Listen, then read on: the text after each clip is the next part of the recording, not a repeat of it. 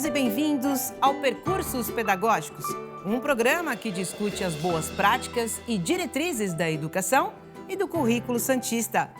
Hoje nós vamos falar sobre educação integral em sexualidade e como abordar esse assunto de fundamental importância para a garantia dos direitos de crianças e adolescentes em sala de aula. Para falar sobre esse tema, estamos aqui no estúdio com Cristiane Andréa, mestre em educação, especialista em sexualidade humana. Cristiane é diretora de escola e atualmente coordena a Comissão de Enfrentamento da Violência Sexual Infanto-Juvenil de Santos. Também está conosco Ana Lúcia Caetano, pedagoga e pós-graduada pela USP em Ética, Valores e Cidadania nas Escolas. Ela coordena o programa Santos Jovem Doutor, na Prefeitura de Santos, e tem especialização em telesaúde nas escolas. Ana Lúcia tem vasta experiência em projetos de prevenção para jovens. Ao longo do programa, teremos a contribuição de Raquel Spaziani, em entrevista gravada. Ela é doutora em Educação Escolar pela Unesp, além de coordenar o Núcleo de Estudos de Gênero e Feminismo. Raquel atua nas áreas de educação em sexualidade, enfrentamento à violência sexual contra crianças e cultura do estupro. Muito obrigada pela presença de vocês aqui no estúdio. Obrigada. Prazer tê-las aqui. Obrigada. Muito obrigada. Antes de debatermos sobre boas práticas que estão acontecendo aqui na rede em Santos, vamos assistir ao relato da professora doutora Raquel Spaziani. Em 2019, a Unesco publicou o documento Orientações Técnicas Internacionais de Educação em Sexualidade. Raquel nos contou quais os principais pontos e orientações do documento. Vamos assistir? Eu percebo 3 aspectos interessantes nesse documento. O primeiro seria uma justificativa baseada em evidências do porquê inserirmos a educação em sexualidade de maneira intencional e sistematizada na escola e em outros espaços educativos. Estamos sempre atuando para a educação em sexualidade, até mesmo quando nos omitimos diante de um comentário discriminatório, por exemplo, ou quando somos nós a fazer esse tipo de comentário. Então, se desejamos uma educação voltada para o respeito, para a autonomia, para a cidadania, precisamos desenvolver ações emancipatórias e críticas em educação em sexualidade. O documento também traz conceitos importantes que estão pouco abordados na formação inicial e continuada, como a própria educação em sexualidade, mas também relacionada a questões voltadas para a desigualdade de gênero, as violências e discriminações contra meninas e mulheres, contra a população LGBTQIA+, sobre a saúde sexual e reprodutiva também. E daí o terceiro aspecto que me chama a atenção, e acho que esse é o que eu acho mais interessante, talvez, é a sistematização de conceitos-chave, tópicos e objetivos de aprendizagem em educação em sexualidade para as diferentes faixas etárias. E dentro desse tópico, há objetivos de aprendizagem, considerando o nível de conhecimento das diferentes faixas etárias. Propostas adequadas para cada momento das crianças e adolescentes, o que pode tranquilizar as professoras e as famílias também. Esse documento pode ser importante para embasar as ações das educadoras, dos educadores, mas pela minha experiência, eu percebo que é comum uma certa insegurança ao trabalhar esses temas na escola ou em outros espaços educativos. Então, eu gostaria de falar que temos fundamentos legais que amparam a educação em sexualidade nas escolas. Cris e Ana, essas diretrizes, elas acabam nos orientando, correto? Perfeito. A Unesco, ela traz esse documento como uma forma de sistematizar toda a questão da educação. Porque, na verdade, esse documento nada mais é do que um currículo, baseado em determinados conceitos, de acordo com cada uma das faixas etárias, por série, ano. Então, fica mais fácil do professor saber em qual faixa etária eu posso estar discutindo determinadas temáticas, principalmente em relação à questão das violências. Quer complementar, Ana? Então, todo documento, ele tem que ser transformado em algo mais humano, porque senão o professor ele fica naquele quadrado. Para essa idade eu tenho que tratar sobre esse assunto. Nossas crianças e os nossos jovens, eles são diversos. E às vezes a gente tem uma necessidade desse professor ter uma compreensão um pouco maior. Então, assim, a nossa preocupação é que o documento seja uma diretriz, mas que o professor possa cada vez ampliar melhor o conhecimento relacionado a esse assunto. Agora, chegando à realidade brasileira, infelizmente estamos entre os países com as maiores taxas de feminicídio no mundo. De acordo com os dados do Atlas da Violência 2024, mais de 48 mil mulheres foram assassinadas no Brasil nos últimos 10 anos. Só em 2022, foram quase 4 mil vítimas, além de cerca de 221 mil agressões. Cristiane, de que maneira a educação integral em sexualidade pode contribuir para o enfrentamento deste quadro alarmante, tanto em casos de violência sexual contra crianças e também em adolescentes? De forma objetiva, pontual e fundamental. A escola é um espaço seguro de proteção. A escola é um espaço em que a gente pode abordar diversas temáticas que envolvem essa questão das violências. Se a gente olhar os dados, esta violência ela é muito maior de forma intrafamiliar. Então, qual é a importância da criança entender que a violência ela não só ocorre no espaço fora de casa, ela pode ocorrer dentro de casa. A criança, às vezes, ela não consegue perceber o que está acontecendo, às vezes, dentro da própria casa. É um abuso, é uma violência. Porque a criança, às vezes, ela confunde o carinho.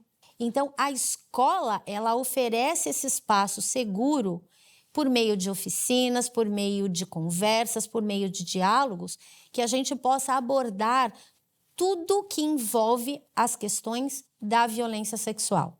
A criança dá sinais? Todos os sinais. É muito fácil a gente perceber qualquer mudança radical no comportamento de uma criança, ela já traz que alguma coisa está acontecendo com aquela criança, alguma coisa de anormal, alguma coisa de diferente. Então, a mudança repentina do humor, a questão do sono, a questão da agressividade ou também da apatia. Uma criança que está sofrendo determinado tipo de violência, ela pode ficar extremamente apática. Ela perde a fome, ela perde a vontade de ler, de escrever, a vontade de viver. E, Ana, como agir numa situação dessa? Esses filhos dessas famílias desestruturadas estão conosco dentro da escola. E a gente repara que muitas vezes eles são pressionados a fazer o silêncio do que está acontecendo no lar. Então, essa sensibilidade do professor, eu estou falando principalmente os professores dos adolescentes, porque eles estão pedindo uma escuta, eles estão pedindo colo e socorro. Então, a sensibilidade do professor cada vez tem que ser maior, porque aí apresentam também, nessa ponta de agressão, os problemas que vêm socioemocionais, né? Então, a gente começa a perceber que é uma crescente. Por isso, a necessidade da capacitação desses professores para que eles possam enxergar os sinais e eles possam dar o primeiro encaminhamento a esses jovens e crianças. E por falar em desafios, há quem defenda que a educação sexual é prerrogativa das famílias. Conversamos sobre o assunto com a Raquel, que, ao lado de outros especialistas, defende a incorporação da educação em sexualidade entre os temas que devem ser discutidos também em sala de aula. Vamos ouvi-la. A escola tem uma função social que diz sobre formar cidadãs e cidadãos solidários, críticos, éticos, participativos. Tudo isso se relaciona com os pressupostos de uma educação em sexualidade emancipatória. E evidencia também que a educação de crianças e adolescentes não é apenas responsabilidade das famílias. Eu compreendo que é preciso escutar e acolher essas famílias, buscar compreender quais são seus temores, se e como costumam dialogar com as suas filhas ou seus filhos sobre o tema, quais são as suas expectativas, para assim conversar com essa família sobre a importância da educação em sexualidade na escola e também como o trabalho vem ocorrendo com as crianças, com os adolescentes. Isso tranquiliza as famílias e também de uma certa forma, uma formação em relação a esses temas para elas. E daí eu acho que é importante fazer uma última observação no que diz respeito à violência sexual contra crianças e adolescentes, algo que preocupa muito a nossa sociedade. Os dados têm nos mostrado que a maior parte dos casos tem como autor alguém muito próximo da vítima, mas muitos são inclusive da mesma família, membros da família. Assim, a escola se configura como um espaço privilegiado para a proteção e para a garantia dos direitos das crianças e adolescentes, seja na identificação da violência, mas também em sua prevenção, o que é por meio da educação em sexualidade. Então, combater a violência sexual contra crianças e adolescentes envolve também o trabalho de educação em sexualidade nas escolas. Cris, o que a Raquel falou, a gente pode complementar, porque é sim uma obrigação social também. Sim, a educação em sexualidade, ela pode e deve começar em casa. Porém, é uma obrigação da sociedade como um todo.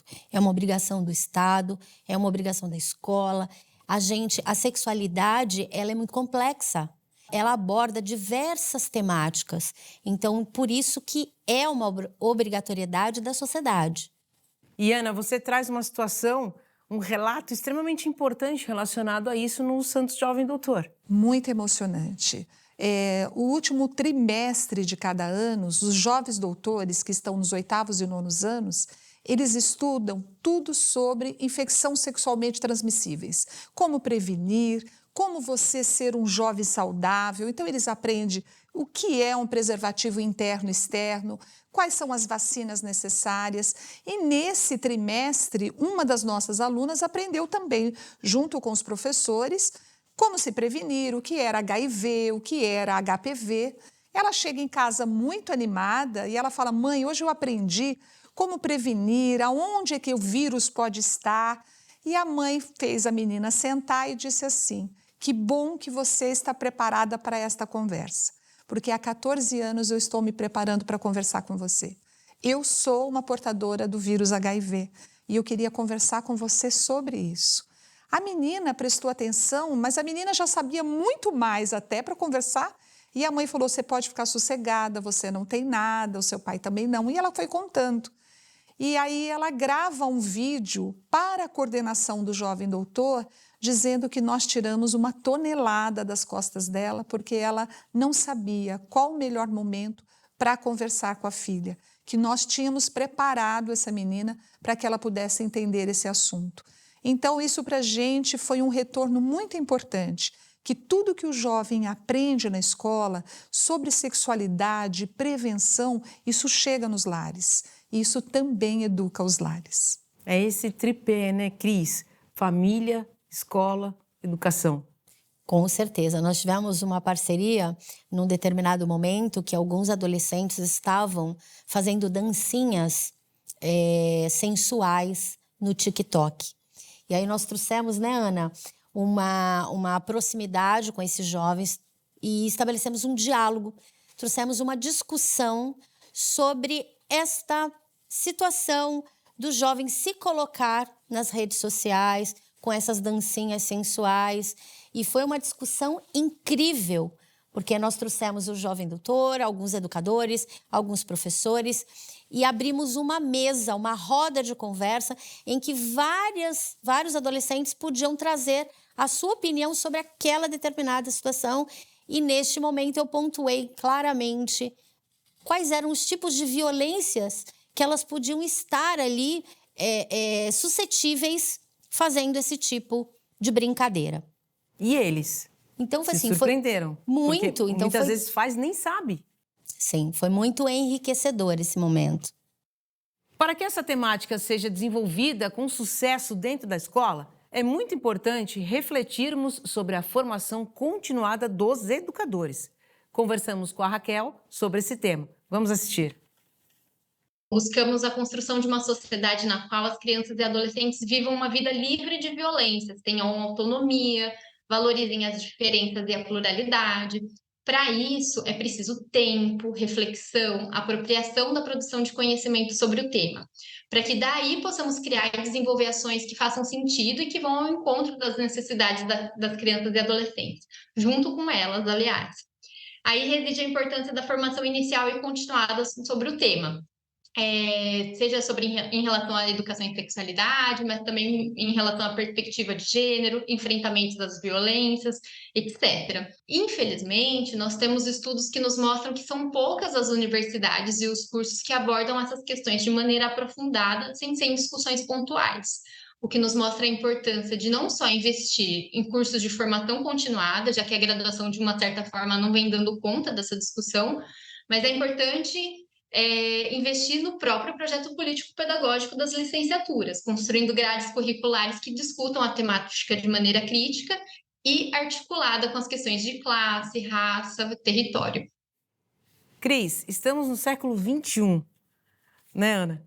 Por que ainda é tabu em um assunto tão difícil de lidar, a sexualidade? Já deveríamos estar num outro patamar. Por que ainda existe isso? Eu acho que a grande dificuldade é a questão do conceito de sexualidade.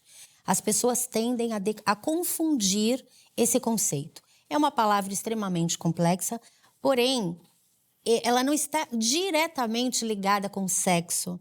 E muitas pessoas acham que quando eu falo, vou fazer uma palestra sobre sexualidade, você vai falar sobre sexo nas escolas? Não. Sim. Então, as pessoas precisam entender que quando eu falo de sexualidade, eu estou falando de personalidade, sobre identidade.